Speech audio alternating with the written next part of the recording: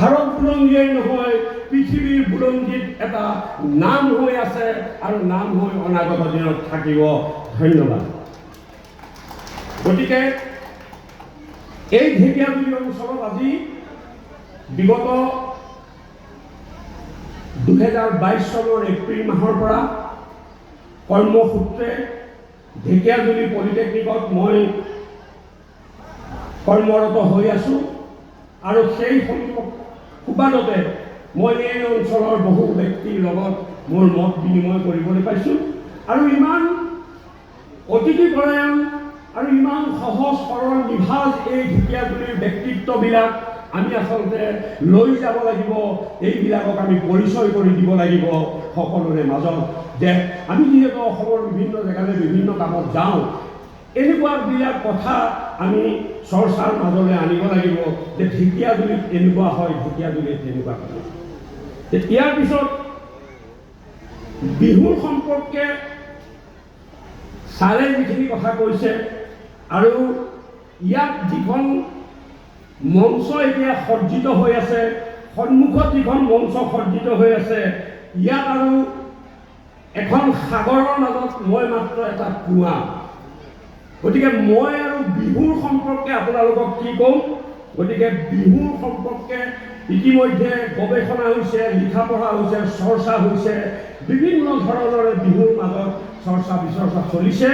কিন্তু মোৰ জীৱনৰ এটা অনুভৱ আপোনালোকক মই ক'ব বিচাৰিছোঁ, এই বিহুটো যদি এটা কলি জানিব পাৰি, বিহুটোৰ যদি এটা ভংগীমা জানিব পাৰি, বিহুটোৰ যদি এটা তাল আমি জানিব পাৰোঁ, তেতিয়াহ'লে আমি যেতিয়া পঢ়িবলৈ গৈছিলোঁ, অসমৰ বাহিৰত পঢ়িছোঁ, 2-3খন ইনষ্টিটিউশ্যনত পঢ়িছিলোঁ, তাত ই কিন্তু আমাক সহায়কাৰী হৈছিলে যে যেতিয়াই অনুষ্ঠান হয়, কিবা এটা হয়, আমি বিহুৰ কলি এটাৰে বা বিহুৰ নাচৰ ভংগীমা এটাৰে যেতিয়া আমি মঞ্চলৈ উঠি যাওঁ, তেতিয়া আমাক সকলোৱে আপ্লুত কৰি লয়, আঁকোৱালি কৰি ল'ব বিচাৰে।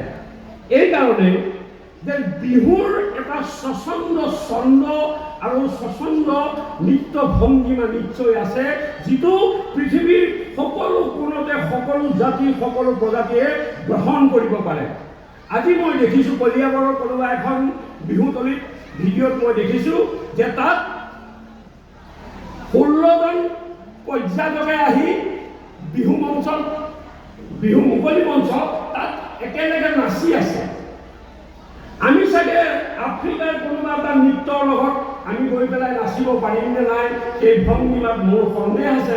কিন্তু আমাৰ যি বিহুৰ যি এই ভংগীমা যি প্ৰক্ৰিয়া, ই ইমান সহজ কৰি থৈছে আৰু ইয়াক সেইকাৰণে মই অনুৰোধ জনাইছোঁ যে ইয়াক আৰু জটিল কৰি পেলাব নালাগে। ইয়াক আমি যিহেতু বিহু আমাৰ সকলোৰে জিনত আছে, বিহু আমাৰ জন্মসূত্ৰে শংকৰদেৱে গঢ়া যি অসমীয়া জাতি, সেই জাতিৰ পৰিসীমাৰ ভিতৰত থকা প্ৰত্যেকজন মানুহৰ জিনত এই বিহু আছে আৰু এই বিহু থাকিব আৰু এই বিহু এটা ধাৱমান গতি অনাগত দিনলৈ গৈ থাকিব। মই কেতিয়াও নিৰাশাবাদী নহয় যে বিহুৱে কেতিয়াবা এটা বেলেগ ৰূপ ল'ব বা কিবা এটা বেলেগ ধৰণে হ'ব। গতিকে বিহুৰ ওপৰত বিশেষ নকওঁ।